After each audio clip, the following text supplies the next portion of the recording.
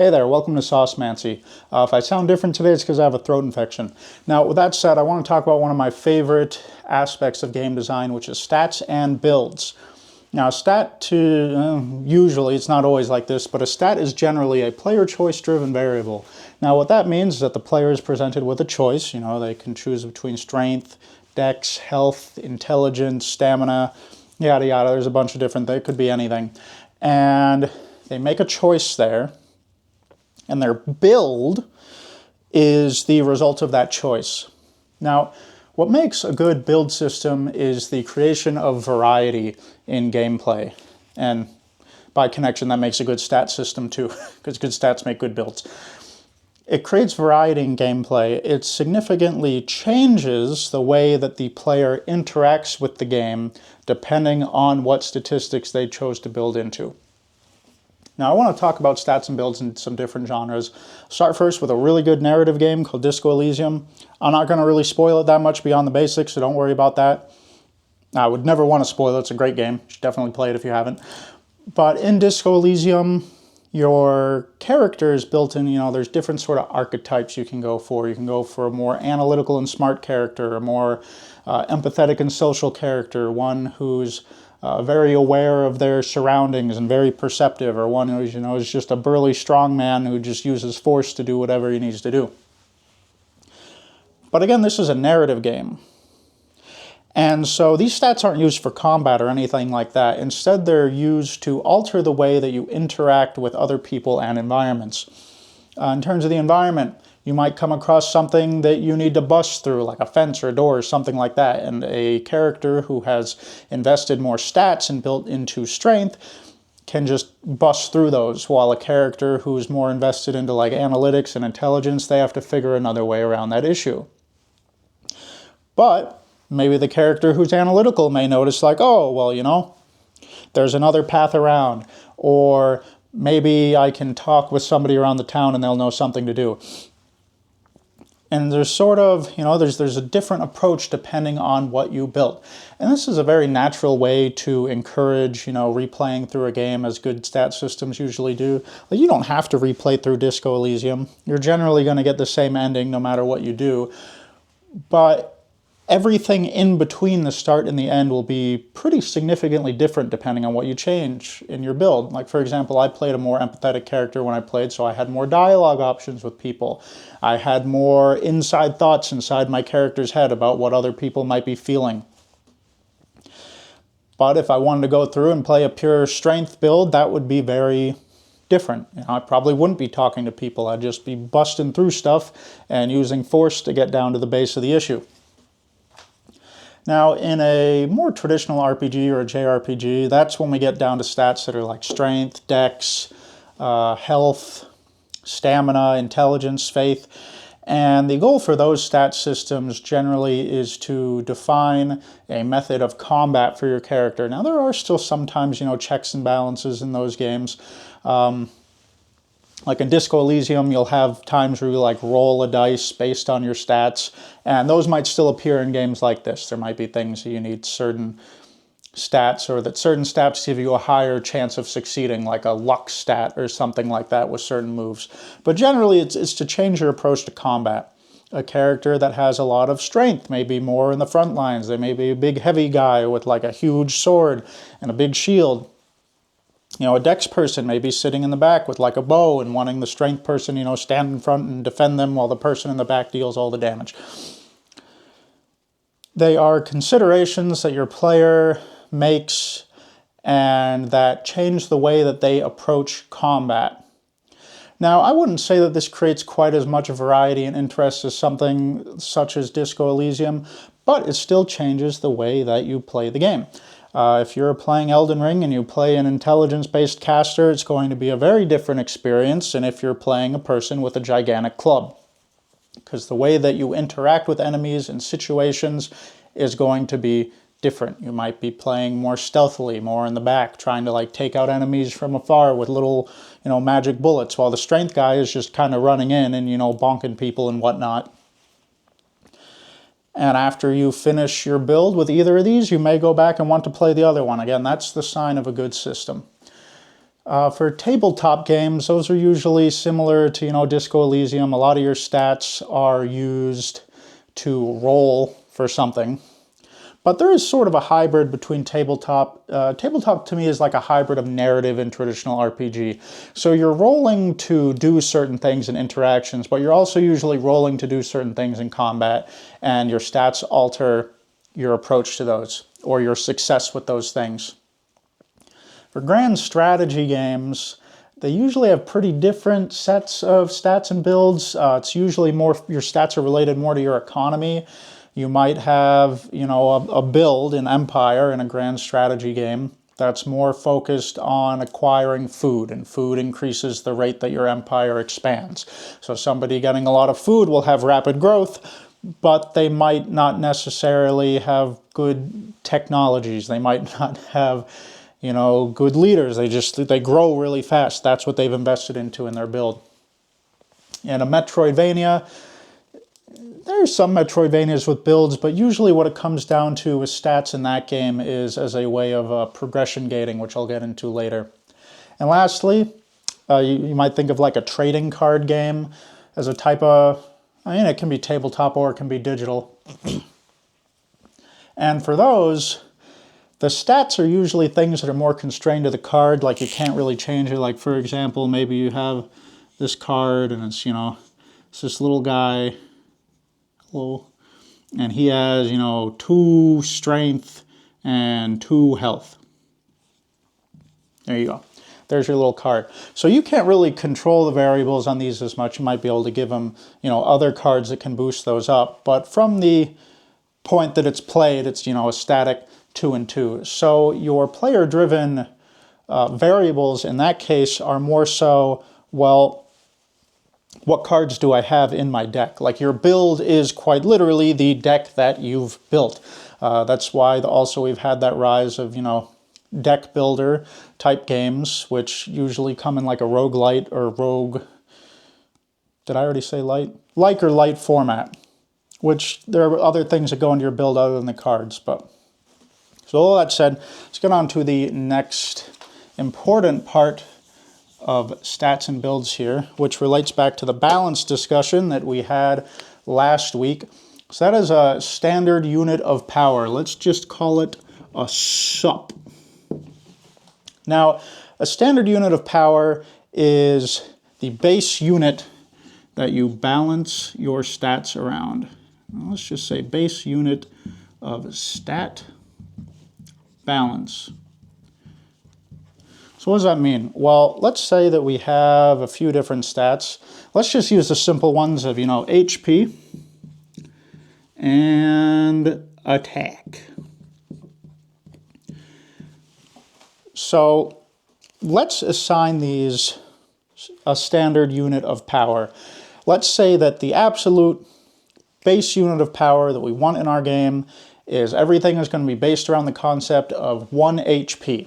So 1 HP is 1 SUP. Now let's say that we want attack to be more valuable in our game than HP is, because more attack lets you do things faster, more HP just lets you sit there for longer, and we put more value on being able to do things faster, being able to do more damage. So your attack is 2 SUP. Now, when we set this up, it communicates that attack is 2 times more valuable than HP. That generally means that effects that give you increased attack should generally be half as good as ones that give you HP, because those effects are twice as valuable, 1/2 times 2, 1, all that. Or you could alternatively look at it that things that give you HP should be twice as potent than things that give you attack. In a card game, which I can refer to again, a standard unit of power is usually just this guy, and he's a 1/1 with no effect. He has 1 attack, 1 HP. He is the standard unit of balance. This is the most absolutely basic thing that you could put in your card game. And now when it comes to balancing these things, you don't need to always make sure you're following the ratio of whatever you established, especially because sometimes you're going to end up with mechanics that are very difficult to use a unit of, a basic unit of stat balance for. For example, let's say that you're playing a game and where you die, your character is dead forever. That's it. You got to go back to the start. But you find an item in that game that says, well, just once, if you lose, you'll come back to life. You won't have to start over again. Well, how do you analyze that through a standard unit of power? Well, it's kind of difficult because before this situation, your amount of additional lives was 0. Your amount of additional lives now is 1, which is basically an infinite increase. It's an infinite percentage. You've created something from nothing. And for those, you just have to sort of either say, one, screw it. I'm okay with having something like that in the game that's just basically hard to view through a normal form of balance, and that's fine. Plenty of games have crazy stuff in them, and they do just fine, and they're just fun as is. Or alternatively, you have to think, well, maybe that is just too powerful. People are always going to go for that if it's in the game. So maybe I should make something that is more quantifiable in terms of my sup. Now, beyond that, let's talk about just major and minor stat archetypes, which can sort of feed into the standard units of power, but it's a bit different. So, I've talked about strength and dex and all that sort of stuff. Those are what I would call major stats. They're the main things that you have the choice to build into. But usually what they do is they affect minor stats. And it's in minor stats that we actually get our variety of gameplay and our different approaches to gameplay that create good stats and good builds. Now, let's look at our 99 strength guy. Well, what can he do with his 99 strength? Well, he can hold this big sword. Somebody who doesn't have that much strength might not be able to hold that big sword. Or he has some ability, or he can grab people and he can throw them around. Those are just stat requirements. But the minor stats might be that your strength raises the damage that you deal when you throw people around. It raises the damage that you deal with your big sword. Maybe it raises other things. Maybe your strength raises your health. Maybe it raises your physical defense, which are things that are beneficial if you're a strength build and you're running in, you're going into combat. You want to make sure that your minor stats complement the major stats that they're essentially bound under. And some minor stats can be, under different things. For example, there was this one very controversial stat in Dark Souls 2 called Agility, and it raised your item use speed and raised how invincible you were when you rolled. I personally did not view this as a particularly bad stat. I just think it was badly communicated, and there were two stats that fed into it. There was attunement, or two major stats rather, and there was adaptability, which is the main one people took issue with. So they both fed into this stat. Adaptability fed into it more. And this actually, in my opinion, was a pretty good design decision, because if you were a mage, you were building attunement. Attunement let you cast more spells, and so you naturally get some level of agility, which would, let you fight from a distance, be more crafty, jump around and whatnot. Adaptability typically paired more with dexterity builds, especially because adaptability also increased your ability to poison people, which is something that dexterity did as well. So we now sort of have these interesting little crossovers here. So a dexterity build would probably end up going a lot more adaptability, especially if you were focused on poison. And so naturally, the dexterous build would have more invincibility when they're rolling around. They're more evasive. A build that is going mostly for strength and health and all that sort of stuff typically didn't have as much room to build adaptability, and so their dodge roll was worse. Which in my opinion is okay, because blocking in Dark Souls 2 is really good. So if you're a really tanky, burly boy and you have your big shield in front of you and your big sword at your side, nothing's really getting through to you. You don't need to dodge. You're a big, chunky boy. And in other games, you have something more like a stat archetype. For example, Path of Exile is like a top-down ARPG. You run around, you explode the whole screen, you know, dopamine, all that. But in Path of Exile, you have 3 major stat archetypes. There's Strength, there's Dexterity, and there's Intelligence. And these archetypes, because you have this giant, sprawling passive tree that's split into these 3/3 of Strength, Dex, Intelligence. Now, in the Strength third, there's a lot of strength. You know, just from pathing around from passive to passive, you tend to build up a lot of strength. And so that determines, you know, what you can equip, what moves you can use. But beyond that, there are certain minor stats that tend to appear more in the Strength third. And there are some minor stats directly related to strength, like when you raise your strength, it raises your physical attack damage and it raises your health, at least in Path of Exile 1. But again, there are other minor stats that tend to appear more in this third of the tree. Like, for example, Strength has a lot more things related to fire damage. It has a lot more things related to pure physical damage. Things like that. And physical is sort of split between Strength and Dex, but I'd say pure physical is mostly Strength. Intelligence usually has more stuff related to lightning damage. Oops. And Dex has more stuff related to cold damage. And more splits like that. Again, you know, Dex has physical as well, but Dex also has poisons, which deal chaos damage. Intelligence has spells that deal poison and chaos damage. And so chaos as a concept is sort of split between these two. Then you have bleed, which is usually a strength or a dex thing. So you got bleed split between these two. So there's all these minor stats that are sort of, you know, aligned here toward these major stats, and they create archetypes. You know, a strength character is naturally going to have more access to these things than an int character is, or, you know, dex or anything like that. And so the class that you choose, because they start in a different part of this big passive tree thing, greatly changes what minor stats are going to be available to you. And of course, the major stat changes things too. You know, strength build is going to have way more HP for their defense. A dex build is going to have way more evasion for their defense. And an int build is going to have way more shield for their defense. Just like, you know, a health on top of your health. Now, with all this information, we can talk about player progression and player power projection. Now, progression is, you know, you're progressing through the game.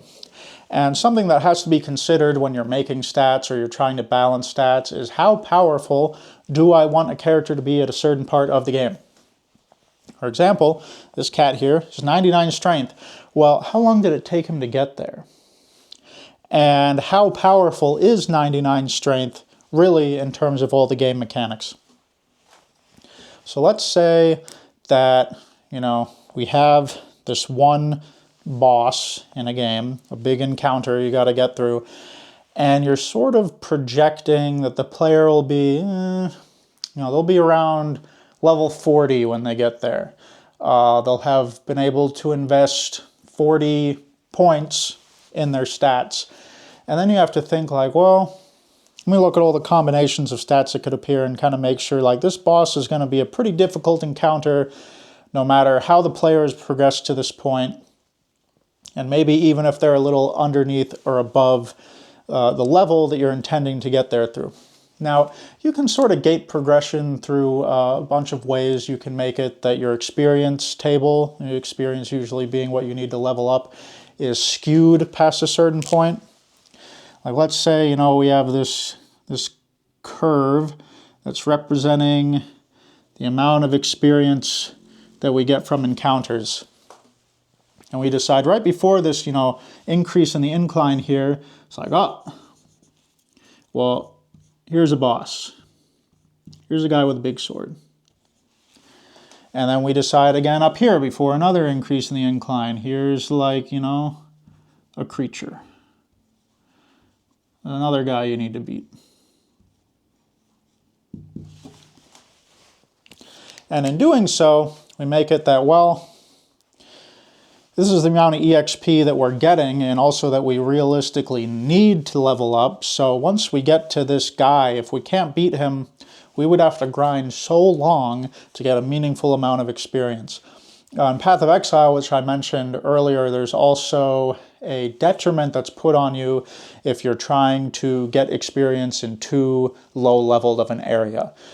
Basically, you know, you have to be doing content that matches your level, matches the strength of your character in order to meaningfully progress. Now, some games, even when they project a certain level of player power, they don't really stop you from progressing past that, which is something that's typically called, you know, grinding. You're grinding for levels, you're stuck on a certain piece of content, and you go, well, I can't really engage with the content the way I want right now, so I'm just going to grind for experience. I'm going to keep leveling up and up and up until I'm to the point where this experience is way easier because my stats are way higher and my build is way better, and I can just blow through that.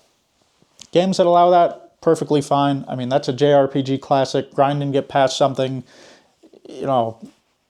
Even in, you know, modern games like Elden Ring, you can still do that. There might be a boss that the developers really wanted you to fight at like level 40 or 50, but you can go wherever you want in that game and find the best places. You know, you can sort of walk around those bars that I had put on the graph earlier and just level all the way up to like 100 and come back and just, you know, slap the guy around and that's it. And that's completely fine. Honestly, I don't necessarily mind grinding systems in games. I think it's fine to let a character or a player make an experience easier through time investment. It's basically the trade-off of, is their time spent improving their, you know, mental and physical, like actual person reactions to the game, or is their time spent increasing the strength of their character? Both ways are equally valid to do. But projection still helps you get an idea of the player power that you're expecting at that time in a game. That also gets into scaling. Now, there are different ways to scale stats in games. I'm going to talk about an example that I don't particularly like. I love the game. I don't like this example of scaling. So let's talk about Dark Souls 1. As I've said before, I'm going to talk about a lot. In Dark Souls 1, there is a stat called Attunement. It returns in Dark Souls 2. It's way better there. But let's talk about it in Dark Souls 1. You have Attunement. Well, what does Attunement do? It increases your spell slots. And what that means is that it increases the amount of spells that you can equip to your character, which is very important in Dark Souls 1 because spells have a limited amount of casts. And so the more slots that you have, the more spells that you can cast before you completely run out. Let's say that you have a magic arrow, you can cast it 20 times, but you find another magic arrow somewhere. Well, now you can equip a second one, now you can cast it 40 times, which you wouldn't be able to do if you hadn't increased the amount of spells you can have. So here's the issue, is that it basically just does this. And it does this up to 50. And it gets kind of slower. There's diminishing returns over time. You might get a bunch of extra spell slots going up to, 25, 26 attunement. And then at 50, it stops. The issue with this is that stats go up to 99 in Dark Souls. And so from 50 to 99, because there's diminishing returns, you get nothing. 49 whole points that you could invest into the system and you get nothing. And so for most players, they might get, 10 to 20 deep into that and go, I'm not getting anything. I should probably stop building this. But generally, I would say that a statistic giving nothing is bad game design. There are different ways to do scaling and to make diminishing returns less aggressive. Now, if we were to set up a scaling curve for a lot of Souls games, the scaling curve for stuff usually goes like this. It starts off pretty strong, then you hit a point here, which is called a soft cap. A soft cap is essentially when a stat starts to lose effectiveness when you're building into it, but it's soft. It's not that huge of a loss. So, the goes down a little bit. And then we hit the hard cap. The hard cap is where the scaling on a scaling on a statistic either literally stops, like attunement being at 50, or it grinds to such a halt that it's basically not worth building anymore, all the way up to 99. Say this happens like 25, 50, and then the gains up to 99 are basically non-existent or just so small that you wouldn't want to go for them. Like a difference between getting 20 HP per level and getting 2. Now, I don't necessarily have an issue with diminishing returns, but they shouldn't be that pronounced. A better example of a diminishing return would be just a slight change in slope, but one that still feels meaningful. Now you're still getting an okay increase here. A character who goes to 99 in this case will have a lot more of whatever stat they were going for than going to 99 in this case. The other thing to think about when it comes to diminishing returns is that if your character, let's say they're getting 20 health per level, they start at 1,000 health, well, there's already sort of diminishing returns in the sake of a ratio, because their first 50 points invested into that, and their points up to, let's say the cap this time is 100 to make it cleaner. From 0 to 50, you're getting 1,000 health. You're going from 1,000 to 2,000. From 50 to 100, you're going from 2,000 to 3,000. It's the same increase in health, but it doesn't quite feel as good because from 0 to 50, you doubled your HP. From 50 to 100, you just increased it by 50%. So even if you're doing linear scaling, you're having diminishing returns just in the ratio of investment from level to level. Every level in a linear system, ratio-wise, is worth less than the level before it. And so diminishing returns, especially extreme ones, are not a good design principle, in my opinion. Now I want to talk about probably one of the best examples of a stat system I've ever seen in my life, which is in the game Nioh 2. Sort of like a weird hybrid between an action RPG looting system and more intense stamina management, Souls-like combat. So to start off with this and to talk about how good the stat system is, builds are very defined in that game.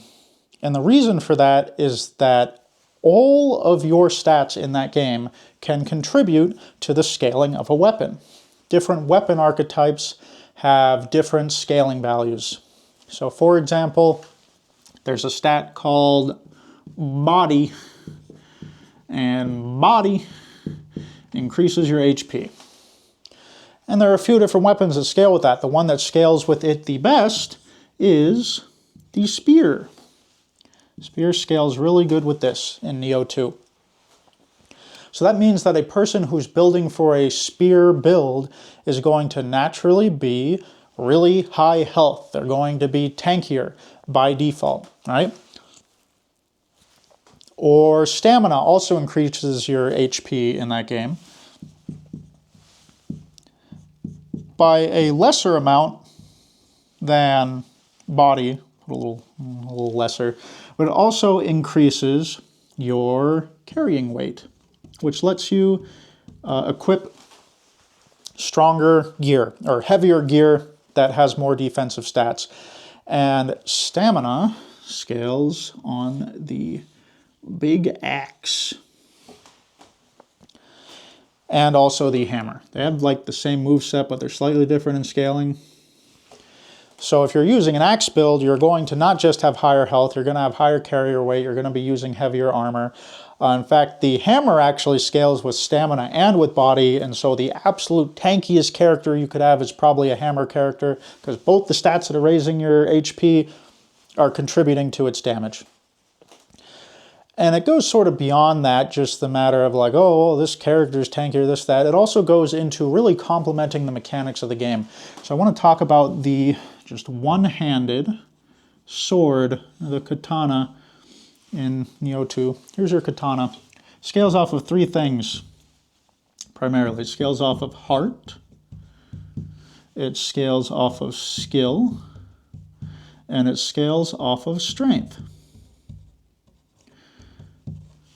Now, again, these are major stats. They have minor effects. What heart does is it raises a stat called ki. Ki is this game's version of stamina. When you run out of it, you can't attack. You know, it's basically it's your action economy in that game. Skill and strength both raise this thing called ki pulse. So let me explain this mechanic real quick. So ki pulse, you have your stamina meter here, and you know it's, let's say, you know, you're fighting people, you're attacking them. It's about this filled up. But whenever you're using stamina, there's a second white bar that appears above it. I guess I'll put black over here to accentuate the white bar. There's a certain amount of stamina left over in this white bar. You can't access it directly, but once you take a little break from combat, it will quickly refill. And then once it hits this top point, or any time before it as it's refilling, you can hit a button, and the button will take your stamina and it will increase it back to this point. So what this communicates in terms of the sword and the stats that it's using, it has the ki raising stat, and it has the two stats that make your ki pulse better. You recover more ki when you do the ki pulse. It's more efficient to do. You have a lot more action economy because you can do it. You might not necessarily be super tanky, but you can just fight, and be very creative with the combos you can do. And in the sword's move sets that it can access, it has a lot of synergy with the ki pulse mechanic, because the developers gave it these three skills knowing that it was going to make the build very good at having high ki and having a good ki pulse, and then they further communicated that and created synergy with it in the game by making the sword have moves that activate when you do a ki pulse. It encourages the player to learn this mechanic, and the better they get at this mechanic, the more value they're getting out of these stats, and the more they're getting value out of these stats, not just through these mechanics, but also through the damage that the sword literally deals. It's an excellent system. Other things in that game, like your magic stat, raises the power of like this cool thing called a switch glaive, which is like a scythe that can turn into a glaive and sort of turns into like a little hand knife thing, which reminds me of the basic handsaw from Bloodborne. And so, people who are doing wizard builds and doing all their magic casts and whatnot, that's usually the weapon that's going to be at their side. So it creates diversity there too. So that to me is one of the best systems in any game I've ever played. It encourages diversity in build, mainly in that, it's fun to try out all the different weapons. And every weapon you try is going to make your character feel significantly different, both due to the stats it uses and due to just, the synergy that those stats have with the overall play style of the build. Going back to the axes and the hammers, they're usually up in your face.